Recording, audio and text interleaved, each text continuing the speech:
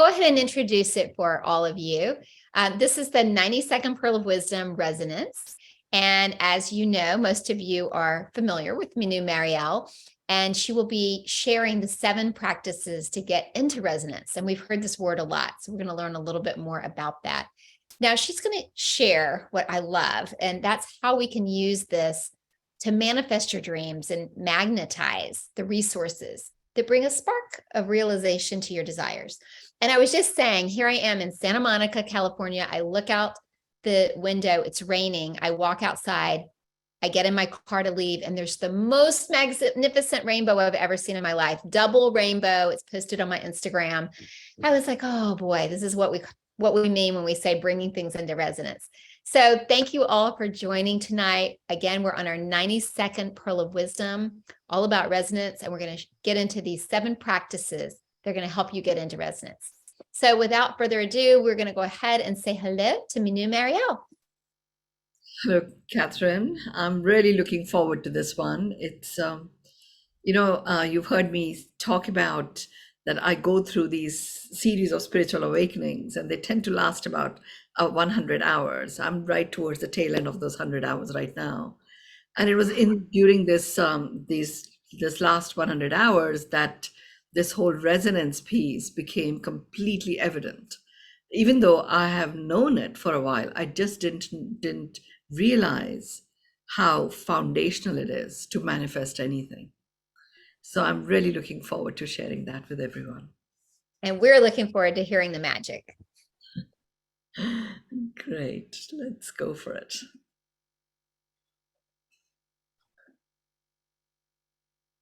So resonance. Now, even before we go into the 7 practices, it's worth looking at what is resonance as a phenomenon. Just dictionary definition is it's a phenomenon that occurs when the matching vibrations of another object increase the amplitude of the originating object's oscillations. So, simple words, resonance is a phenomenon that occurs when there is a matching vibration. And that in itself amplifies whatever it is that you wish or you are intending or that you desire. So what the revelation that I had is, you've heard me talk about, there is a law of attraction. Ask and it is given. Abraham Hicks brought that to our attention. The movie Secret amplified it. And yet people, even though hundreds of millions of people watched that movie and started putting it into practice, there was only a small proportion that actually were manifesting what it is that they had asked. And when I looked into that, I discovered it is really to do with the laws of vibration. It's all about the vibration of what it is that you desire. If you don't match that vibration, the desire doesn't get realized. So I started talking about the 7 laws of vibration. Resonance is a nuance of that. And literally what occurs is, great to practice the 7 laws of vibrations. And, you may just hit that resonance. And it is in that moment of resonance that manifestation actually occurs. So what are the practices that you can engage with so that you arrive at that moment of resonance, with concerted design and conscious awareness? The more consciously aware you are, the faster the manifestation of your desires occurs. And that was like, okay, this is pretty cool. So is there a way in which I can put it into practice? I can just test it out. And I did that. Fortunately, I had sprained my ankle, and it had the sprain and the pain associated with it had gotten so bad that I actually couldn't even leave my bed for 3 days. Completely designed by the divine, really, because I needed to go through this 100 hours of spiritual awakening confined in my bed and not do any energy exchanges with anyone. So, lo and behold, there I was. So it gave me a chance to actually implement this. So it's like, okay, there was something that was occurring online that I was actually going to lead, and um, there would have been a lot of activity in terms of promoting it, sharing it, and all that stuff. I was even finding it difficult to look at the computer. So I was really leaving my engagement with the computer only to those commitments, like the Pearl of Wisdom or Beyond Meditation or some other business collective programs that were already scheduled. I just wasn't using the computer other than that. So the only way for me to do what I would have done in terms of my part was to do something that was outside of using the traditional methods. So I thought, okay, I've just learned about resonance. I've just learned how to physically put these practices into action and see what occurs. So I did that, I really implemented that, sitting on my bed and using pure vibrational practices to arrive at an experience of that online session like none other, like something that was just profound for those participating, and also increasing the number of people that participated, the number of guests that people brought in of their own volition, and I was in that space completely resonating with that experience of something magical having occurred. And that evening, this was the session that I was talking about. I was barely able to send one or two WhatsApp messages. That was it. And lo and behold, people who've done my work years ago showed up. They've been on my WhatsApps for a while, but you know, they've not necessarily showed up to invitations. They do send me messages back, so I know they get it. And it was just a function of putting these practices that I'm about to share with you into practice, bringing about that resonance with conscious awareness, and the result was delivered. So I had to go with this in different areas. I was going through a healing as well, so I was able to implement some of these practices on that healing. And what I found, which is so interesting, because there was actually a hairline fracture, and there was a lot of bruising and twisting of muscles. I was able to repair all of that, and did the x-ray again, and there was no hairline fracture, and there was just the tissue and muscle stresses were all that they were picking up. I did all of that. So the inside of the sprain actually was recovered without me having to go on crutches or anything like that. However, the stuff that I had not, that wasn't actually designed by me, and that wasn't even designed by the divine, but were fixing remedies that were brought in to support my leg. They were so strong that after the swelling subsided of the sprain, I found that as a result of using some of those materials, the skin of my leg was just scraped off. So it was completely like raw flesh. And it was that was excruciatingly painful. And when I communicated with it using the resonance practices, it was like, listen, just leave us alone. Now you've done your piece. That's healed. That was the big one. That would have taken you out for 6 weeks or so, or even 3 months. This piece will restore itself. It'll take 3 days or so, and just leave us alone. It doesn't matter how scary it looks, because when you have raw flesh, it starts oozing and sweating, and it looks pretty awful.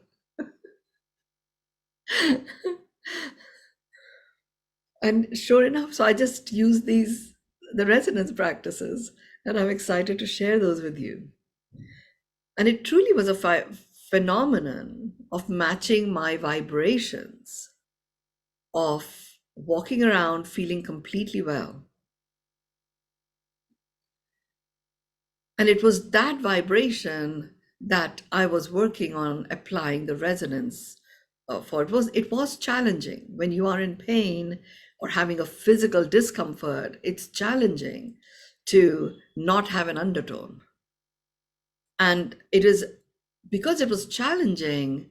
I mean, this is why I say it is like so orchestrated by the divine, because it was so challenging, the pain that was there, which meant that I needed to learn to go into different levels of meditation through a meditative journey, go all the way down to a gamma level.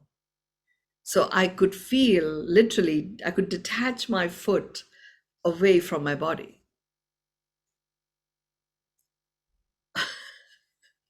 Because energetically, it's all vibrations, right? We can do that. But we get so consumed by the physical experience that we are not able to get into that purity of resonance. And for me to get into resonance, that required to be done. It was a little scary, the idea of doing something like that felt a little bit scary. And it wasn't, because I was grounded and all of that. It was fine. And it felt amazing even, when the first time I got into the theta state and I started visualizing that my foot is distinct from my body, my legs are distinct from my body, and yet they're all a part of the same form. I felt that instant relief and release of pain, and I felt completely unleashed. That was the moment of resonance, and healing took place. And literally, it was like after this, I did a visualization practice, and that practice was all about allowing my sleep state to continue doing the work. And middle of the day, I go off to sleep. 2 hours later, I wake up, and the flesh that was sweating and stuff is now covered. I couldn't even touch it. I mean, when it's like uh, raw like that, you can't even touch it. And then I was able to actually touch it, and apply some calming lotion to it. I had amazing angels that came together to support my logical mind. I had a homeopath who prescribed various tinctures that I was taking. So my logical mind completely was at rest, knowing I was doing stuff, but I wasn't necessarily touching this area. I was doing stuff that was going to support my body, which allowed me to very comfortably detach myself. Now, I mean, it sounds like, okay, that's you could do this, but I'm actually creating a way in which I can teach everyone to do it. So I'm looking forward to that. And this is like the first step towards that, really understanding the 7 practices to get into resonance, so that anything that you desire, you can manifest by being in that resonance. And remember, it is the law of vibration, and that law of vibration, practice, you get to a moment of resonance, and manifestation occurs. Because in that moment of resonance, there's a matching vibration which amplifies your intention. That's what happens. Hence, it is a point of no return. The interesting thing is, you've heard me say, many of you who've done deeper work with me, have heard me say that whenever we have a physical illness and, it heals itself, the energy signature still remains. So like I've at some point had a gallbladder surgery. So the gallbladder has actually been removed. Now, given what I know, that the energy signature of the gallbladder is very much here, I work with that energy signature of the gallbladder. I'm not letting it go, because it supports my liver, presencing the vibration of a healthy gallbladder, even though it has been removed. Because everything is a vibration anyway. So sure enough, the physiological presence of the gallbladder is not there. So the physiological function of the gallbladder is not being produced, but there isn't panic stations in my body, in my liver, because the energy signature is still there. So the liver still feels supported by the energy presence, the energetic vibrational presence of the gallbladder sac. The same thing I did with someone else that I was working with who developed a tumor and was being asked to go for a biopsy. And biopsy is, I mean, that's a topic for another time. But when I looked in, it was not cancerous at all. It was a growth. So I invited her. I shared these practices of resonance with her.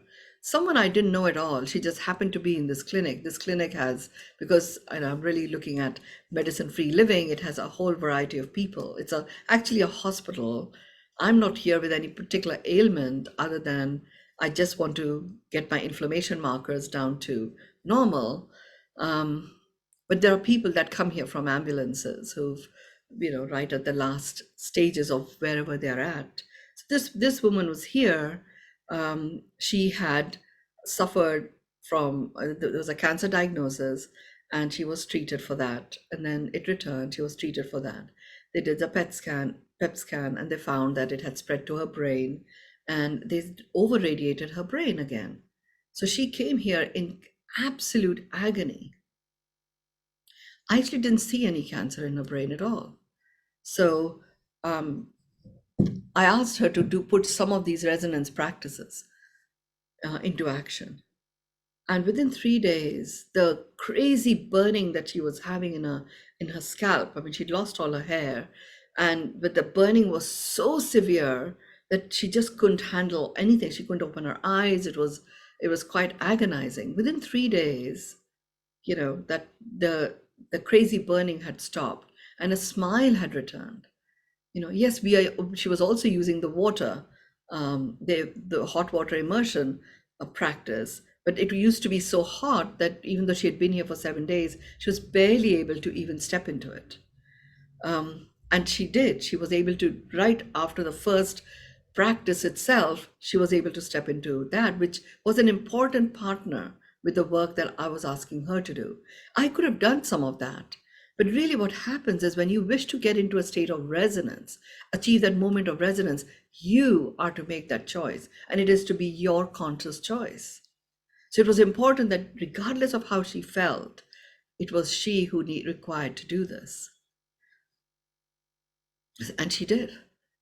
And within 3 days, the burning had completely stopped. By the end of the 7th day, which is when she actually went home, she was able to stand up and walk and feed herself, which wasn't happening before that. There was a moment of resonance. Now she'll go do her markers and all of that at some point, should she choose to do it.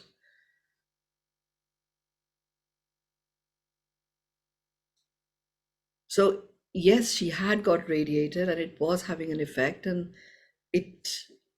she envisioned and created an intention for what she felt like when she was completely well. And with these practices, she certainly achieved a moment of resonance, and it shifted. And from that point on, it kept getting amplified. That is the exciting part about this. The law of vibration is brilliant, and you have to work it. But once you learn how to get in that moment of resonance, it regenerates. Remember, there's a switch from sustainable to regenerative. The law of vibration is brilliant. It keeps your vibrations sustained.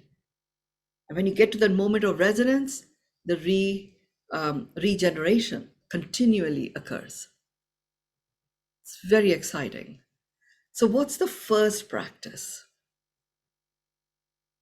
I mean, I feel so grateful really for my foot. So grateful that I I took myself out of presence and tripped, because otherwise I would not have had the opportunity of discovering this in a practical way that everyone can implement. So the first one, I am sitting strangely, by the way, only because I do have to keep my foot stretched still. It feels more comfortable that way. So the first one is energy check. So what do I mean by energy check? Energy check is whatever you give energy to, you get more of. So just really checking what is it that you are getting more of right now. Good, bad, ugly, beautiful, whatever it may be, just check. So what are you actually giving energy to? And all you have to do is acknowledge that, nothing out there is doing anything to me. I'm giving energy to that. So this woman that I talked about, where her scalp was burning, and her scalp looked fine, but her face looked as if it had endured burns just because of the radiation and whatever it might have done to her. So every time she looked in the mirror, or even the thought that I don't want to look in the mirror, her mirror was right there in front of her. So she was giving energy to that experience, that look that had emerged. And she was getting more of that continually. Now, the first piece here is to understand and acknowledge what you're giving energy to, even before you choose the intention of what you're going to do instead. So once she got that, this is what I'm giving energy to, and I'm getting more of that. So there's a tiny bit of me which is craving for fullness in my well-being, but the energy is actually going to this experience. The chance of that full spectrum well-being, even though the universe has already delivered it in a vortex, it's very unlikely, because she's finding it very hard to up level her own vibrations. So what do you do with that? Once you've uncovered that, okay, this is what I'm giving energy to, you really look at what is it that you want more of.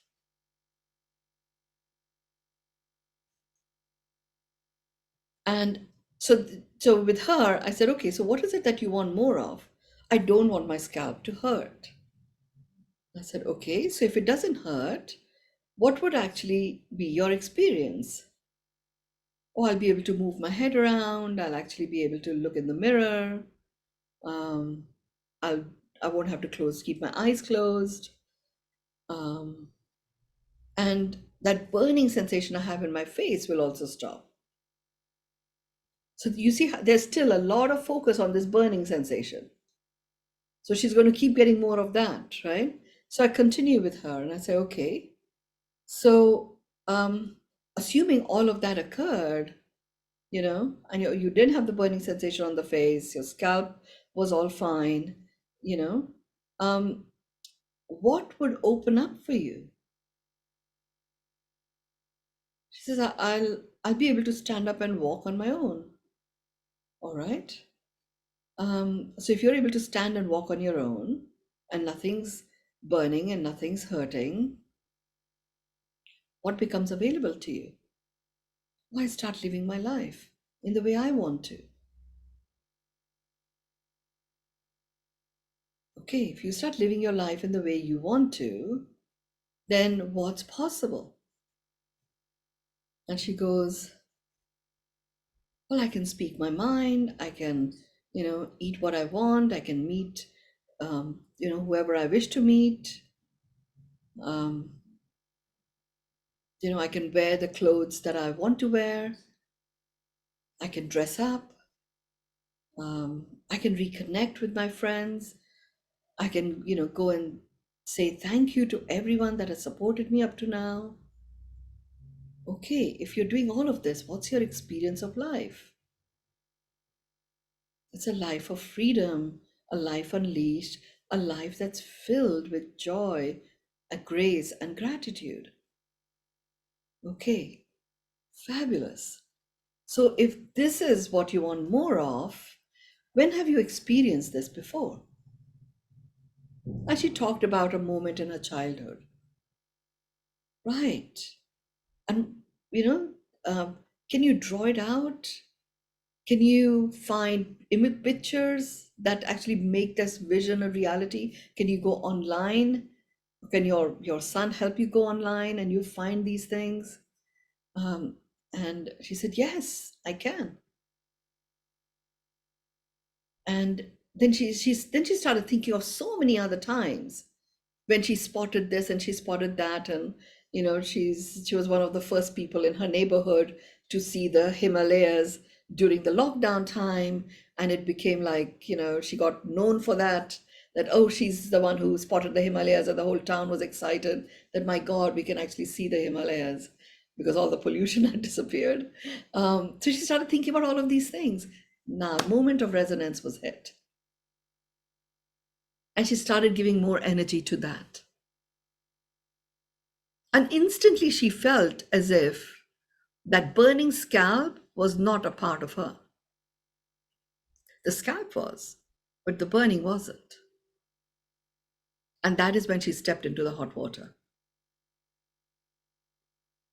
And this is like, we're talking about 2 hours of immersion in hot water up to your neck.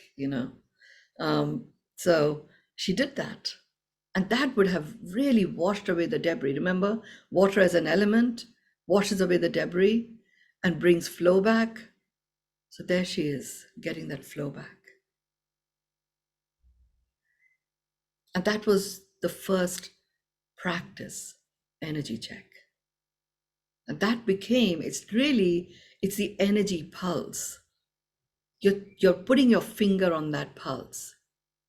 If you have got anything that doesn't give you any comfort, well, you are giving energy to that. So really examine that. And you don't need to break free from it. You just acknowledge it and then focus on, what do I want more of? Therefore, what am I going to give more energy to? And where have I actually done it before? So allow your mind and your thought to really propel you forward. And the exciting thing about this is, once the resonance is hit, it's regenerative. It continually amplifies. The second practice is radiate.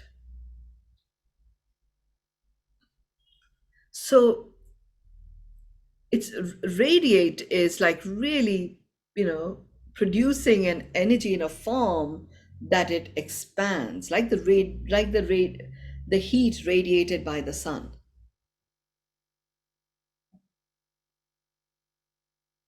So the radiate part,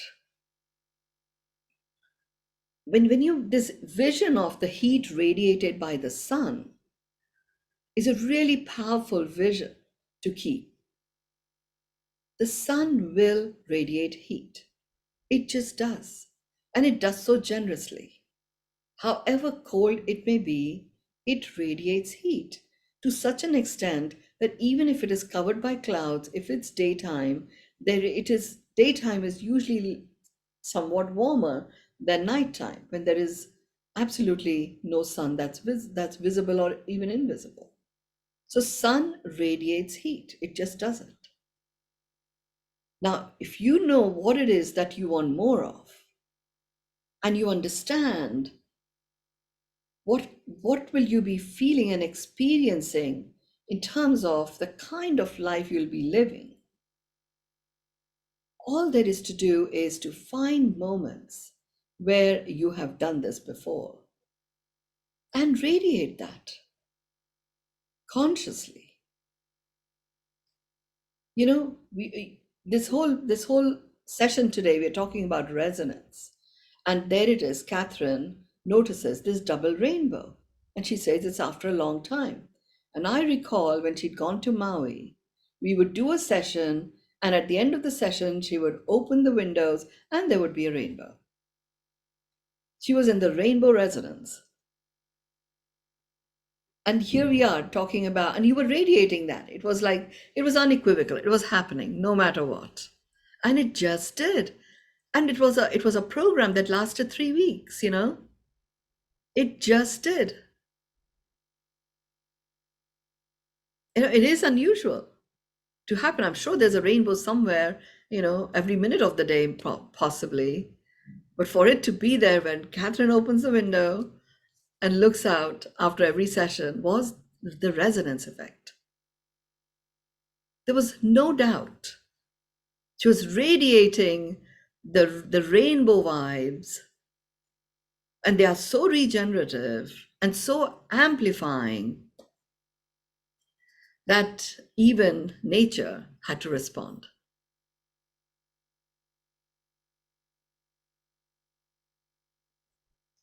So consciously radiate is the practice. This one you really do, you know, 1, 2, 3, 4, 5, 6, 7. You follow the sequence. Because once you've got done the energy, you've got the energy resonance, you've hit the resonance set point, then you go radiate. So Catherine clearly was giving energy to there's a rainbow. The rainbow miracle. And she was radiating that to all of us across different parts of the world. And lo and behold, there was always a rainbow. And it made all of us smile because she would share that. And yeah, the interesting thing is, you know, that was a program for 3 weeks. And then, you know, a few months later, we did another program because Catherine was, was a part of the facility, you know, supporting the support team. She was there in that program also. The same thing. The same thing. Rainbows, rainbows, rainbows. And that's the interesting thing. You can apply it to anything. The third one, I'm conscious of the time, and I can spend an hour on each one of these.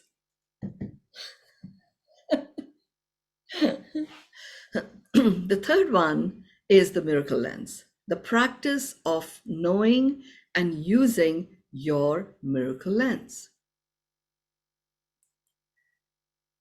You heard me talk about, some of you who've done deeper work with me have heard me talk about how to work with our sensory system. Our sensory organs, which include the eyes, the nose, the tongue, the skin, the ears, they are sensory organs. Sure, they perform a physiological function, but they're called sensory organs because they're here to enable you to sense. So with the eyes, yes, sure, they allow you to see. And they also enable you to sense what's really being shown. And it is the sensing, how do you see what is really being shown? It is in that context that you can actually utilize the miracle lens. That is also something that you're born with. A miracle lens is a lens that zooms in and focuses. And it focuses on showing you what it is that is making your heart sing. A miracle, in my definition, is something that makes your heart sing. So, what is it that makes your heart sing? The fact that your heart is beating, that is the song of the heart. So, whatever may be going on, there is something that makes your heart, that is making your heart sing. What is that? The miracle lens shows you that. It is a zooming lens. So it's not a lens that takes you far and wide, that you can actually be, what is it that has occurred in the past that you can be grateful for? It literally zooms in on what is here, right now. Remember, the heart focuses on the present. So what makes your heart sing? So it'll show you stuff that's making your heart sing. It could be your complexion, it could be the texture of your skin, it could be the fact that you're sitting comfortably, the fact that you're able to, you like the sound of your own voice, whatever it may be, the taste of the water you're drinking. the comfort of the chair you're sitting in. So the idea here is a miracle lens is a lens that zooms into the moment, and it shows you what you are meant to see, which connects you to your heart, which presences you in the now, and provides you with an experience of absolute comfort in being in the now and being in your presence. So I say to people, just look at it. Tell me right now, use your miracle lens. Tell me right now what's making your heart sing. And people come up with a whole variety of things. And it's in less than a minute that we could have collected like 20, 30 items that people would have contributed, And that's just a second. Because miracle lens is a moment thing, there are so many moments that make up a second. And there are at least 60 seconds that make up a minute, and 60 minutes that make up an hour, and so on. So if you were to simply spend just one day, 24 hours, where you're just going to live by the miracle lens, what's making my heart is beating? What's making it sing? And see what shows up. It's amazingly magical. I mean, my business partner, Gaurav, he did this. He was visiting me in Mumbai, and those of you who remember doing sessions with me in Mumbai, my apartment overlooked a forest. So I was traveling to LA, and so he was still there in the apartment, and he decided to spend 22 hours, I think he did, where he just kept observing, what's making his heart sing. And even if he slid in and out of it, he just kept going back to it. And fortunately, he was able to observe the forest in different times of the day and different creatures and different animals, as well as the dewdrops rising and all sorts of rustling of the leaves, a variety of things. He learned the art of shadow, like, shades, basically. And he went back and he started sketching portraits. He'd never done it before. Never done it before. And he sketched, and he sent me his sketch of his son. And it was like, wow, man, this is amazing. And it came from that 22 hours of just observing, and really what he was doing was he was observing the creativity in the creation by our creator. And that invoked the creator in him. It wasn't even that he wanted to become an artist. It's just that because he had understood how, when you have multiple layers of leaves and how the shadow effect creates this beautiful vista, he chose to implement it. Using the miracle lens with this woman, which has only occurred just a few days ago, whose head was, a scalp was burning. I got her. I said, look, whatever you're experiencing, just regardless of that, your heart is beating. It's singing. So let's look at what is it singing about. Let's connect to your heart and see what it's singing about. And the first time we interacted, it was over lunch. She came up with 3 things.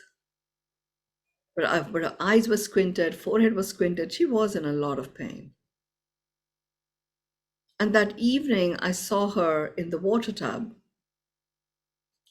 And she said to me, I have added to my 3 things, and I think I have like 40 things.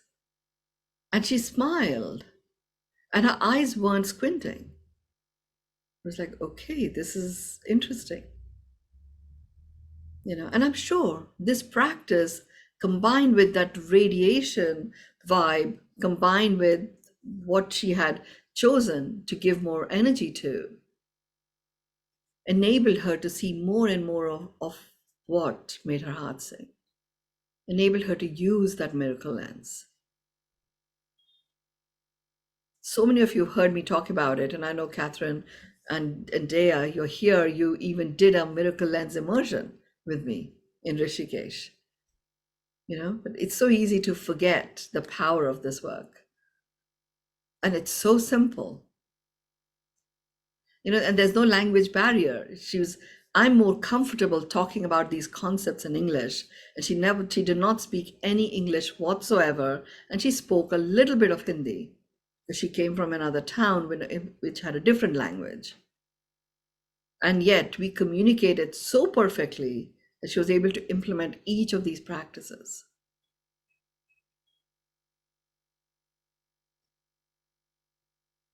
I mean, I didn't know what to say in Hindi. A miracle is if something happens that is making your heart sing. I didn't know what to say about heart sing. I didn't know. Really didn't know how to describe it in Hindi. But I did it somehow. She got the message. I love living a life of, active engagement and observing myself engage as well in living my life. Okay, the fourth one is magnificence, discovery, the practice of discovering magnificence.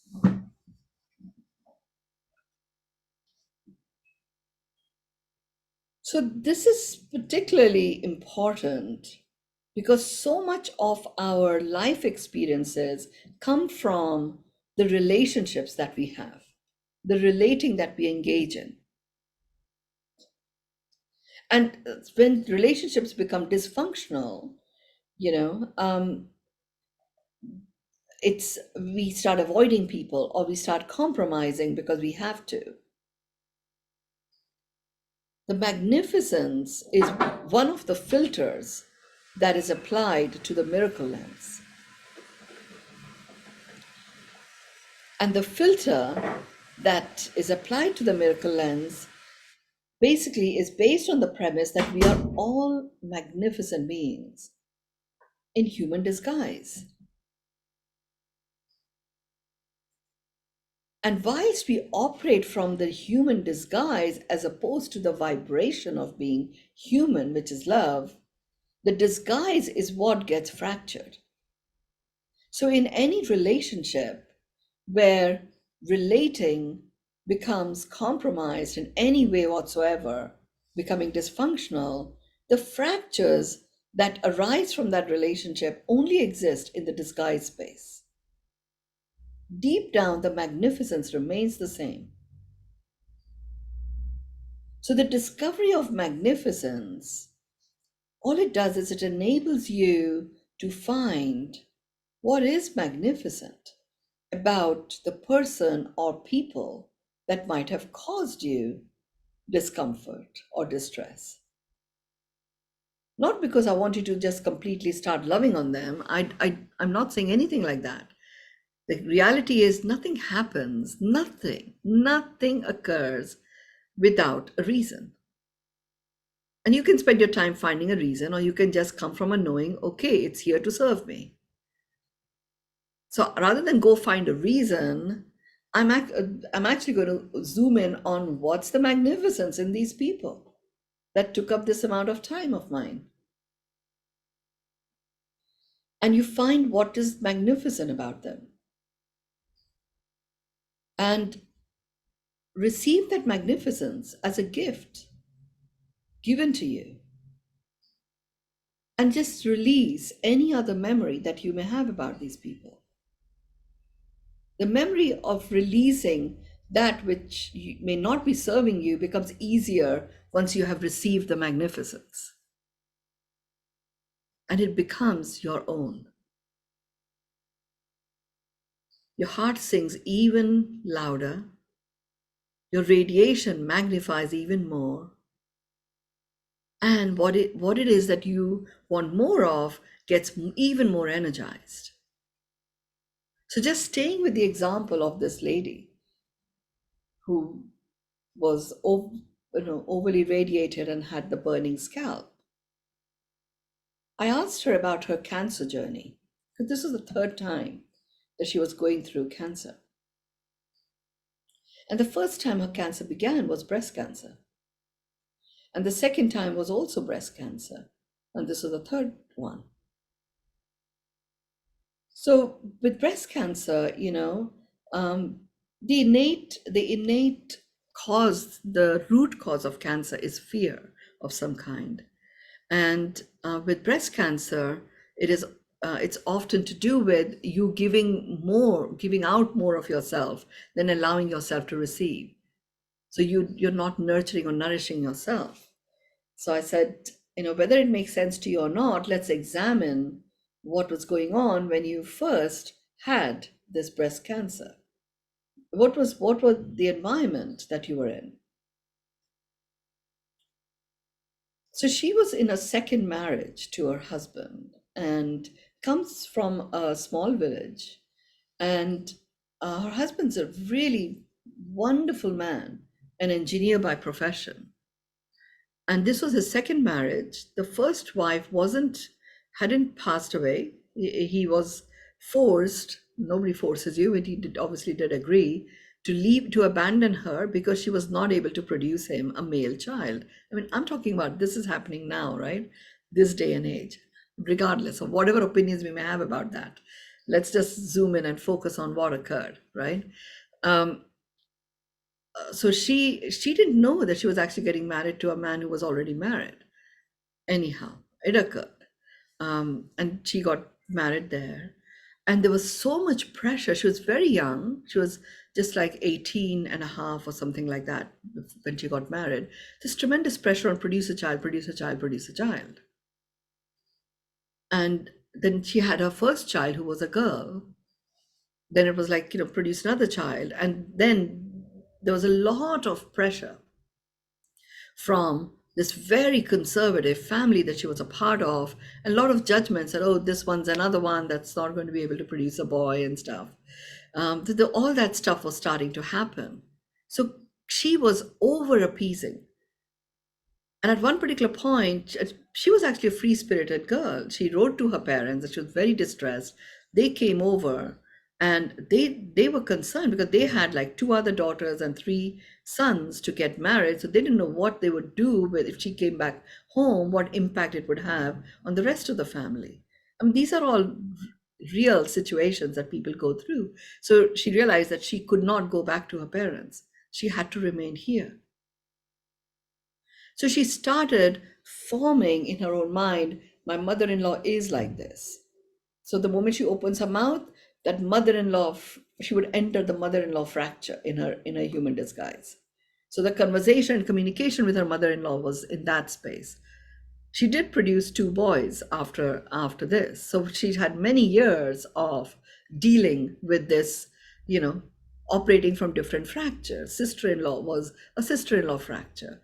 Husband, who actually has been very kind and generous and loving towards her because he came from that obligation towards the extended family, and he was the one that was supporting everyone.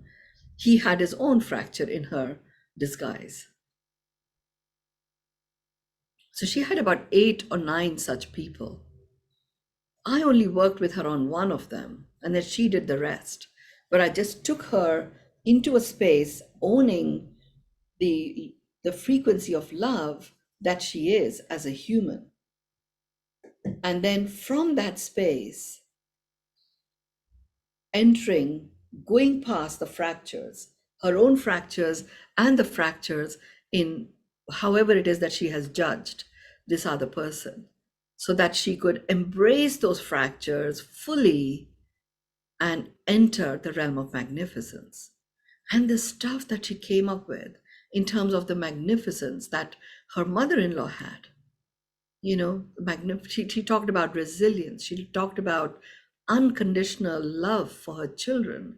She talked about this amazing way in which he combined spices, this phenomenal natural healing abilities, which he was able to apply to food whenever anything or anyone fell ill. And it's amazing stuff. She was also a seamstress and made these amazing clothes. And the same mother-in-law that she was looking through the fractures, and there's so much stuff that she came up with. Her sense of devotion to her family, devotion to what she truly believed in, her dedication and determination to get across the finish line every time, and she received all of that magnificence as her own. And, then she went ahead and applied this to others.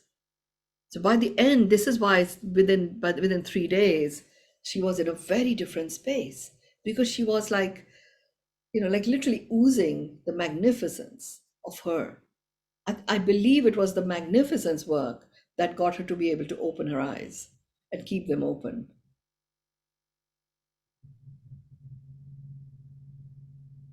The fifth practice. Okay, we're going to rush through these last three. The fifth practice is anchoring resolve. So whatever it is that you are resolved, we are always resolved about something. So whatever it is that you are resolved about is what you have in your life. That's what's going on. So if you believe you want something else, and your experience of life is not matching that, you're resolved about keeping the mismatch going. That's simply the truth.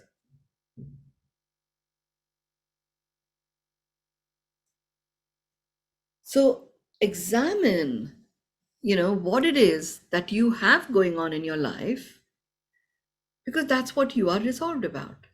If there is something else that you would rather have, then find solutions that come from that resolve. So you can get resolved about that. Be it anything related to your health, be it anything that might be related to your weight, something that I realized. Okay, I know exactly what to do. I'm good at fasting and all of that. And still, I wasn't shedding the weight. Okay, and I would go into these food binge moments, and sometimes those moments would last weeks. I was just resolved about being a truant when it came to weight release. I just didn't want to lose anything. So I was resolved about that. My sense of adventure, my sense of rebelliousness was being expressed in that. So once I got that, I'm actually resolved to have sufficient weight so I can go on these truancy adventures. Okay, well, doesn't make me feel good, actually. And here I am talking about full spectrum well-being, and my physical side, certainly on the weight front, does not reflect that. So I'm resolved about full spectrum living, yes, not resolved about full spectrum well-being. Because this piece is a missing piece.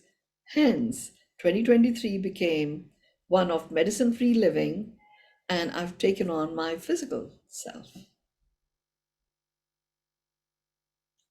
And I've become resolved about it. I'm resolved about keeping my 7 set points of my circadian rhythm synchronized. So I'm totally resolved about that now, and I'm working through this. Now, in the past, if I was, on this weight loss journey, standing on the weighing scale, and the weight starts to plateau, I would immediately start the binge drive. What's the point? I'd stop beating myself up. I would just enjoy the binge drive. It didn't serve me, really. So really examine what it is that you have in your life, because that's what you're resolved about.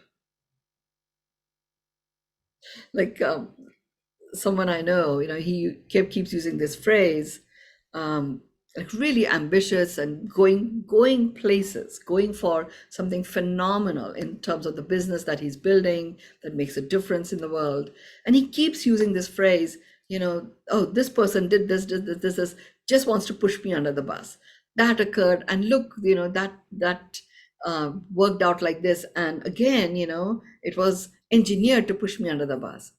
So, hello, you're resolved about people pushing you under the bus. Nobody's pushing you under the bus. You would already have been pushed under the bus by now, if that was the case.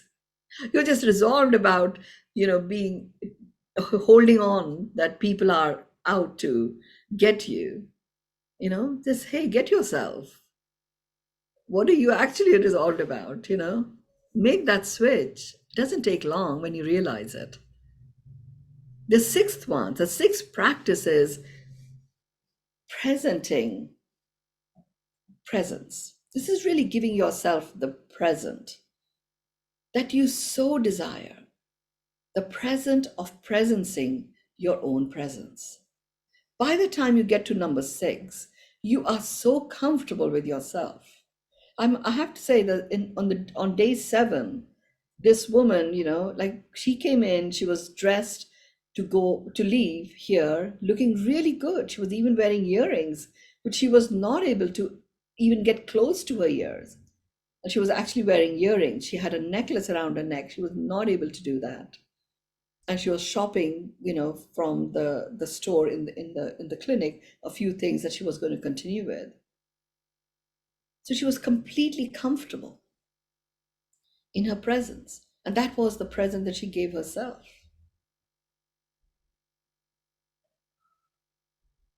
The masks had come off because she was wearing the mask due to protecting herself and stuff. She even gave me a hug,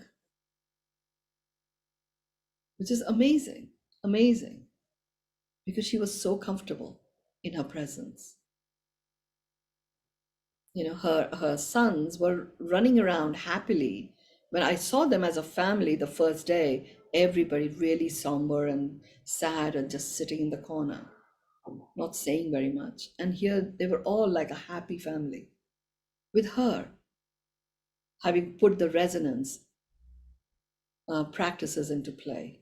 The 7th one is flowing in flow. This is really, you feel it. You feel within you when you are flowing in your flow. And if there's anything that comes in the way, it's a physiological experience. I say to people, get a bucket of hot water and dip your feet up to your knee for half an hour in it.